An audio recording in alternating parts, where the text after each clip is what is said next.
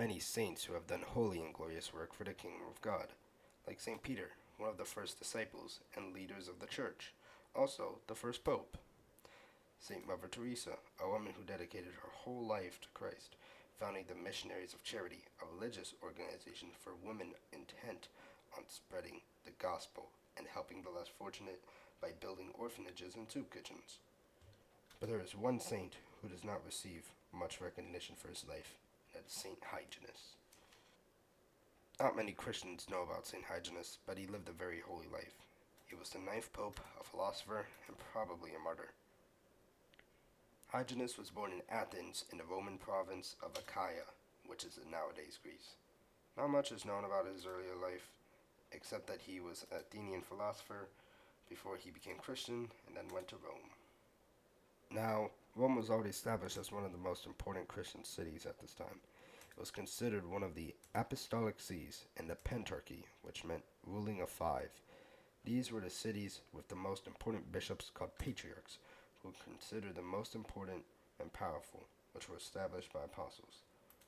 Rome and Antioch were founded by St. Peter, Constantinople was founded by St. Andrew, Alexandria was founded by St. Mark, and Jerusalem was founded by St. James the Just, who is not to be confused with the disciples James the Last and James the Great, different people.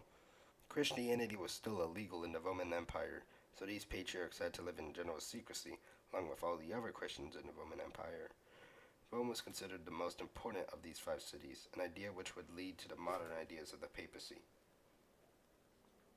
Hyginus, now in Rome, became the Bishop of Rome, also known as the Pope, after Telesphorus in AD 138. He was not Pope for very long, but he officialized the ranking and hierarchy of the positions in the Church. Pope Hyginus also did another thing which we still have to this day: godparents. Pope Hyginus instituted godparents, those who are to witness an infant's baptism, and usually hold the baby during a fusion baptism, when the holy water is poured on the infant's head. This practice spread across the churches. During his papacy in Rome, a Gnostic called Valentinus went to Rome during the time of Pope Hyginus. He would remain there for two more papacies. There was also Cerdo, another Gnostic who went to Rome. You're probably wondering who the Gnostics are, and back in early Christianity, when Christianity was still illegal to practice, Gnosticism was heavily practiced. Gnostics usually rejected one god, believing two deities, one that was good and one that was bad, an idea called dualism. They also emphasized personal spiritual knowledge called gnosis above the traditional Christian beliefs found in the New Testament. The early Christians could not publicly deal with someone who was Gnostic, but they used the New Testament to argue that Gnostic beliefs were wrong and heretical. Cerdo would confess his sins and his wrong beliefs and would become a valid Christian until he once again started believing in weird non-Christian religious teachings. It is not known if Saint Hyginus was a martyr or not, though he probably was because a lot of the earlier popes were martyred back then, but he still died in AD 142, 4 years after his papacy began. He was buried on Vatican Hill in Rome, near St. Peter's tomb, the same hill that would eventually become the Vatican. He was succeeded by Pope St. Pius I. St.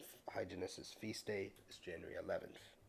So, what makes St. Hyginus such a cool saint? Maybe it was his institution of godparents, or maybe it was him allowing heretics to live in the city, or maybe it was the fact that he had such a cool name.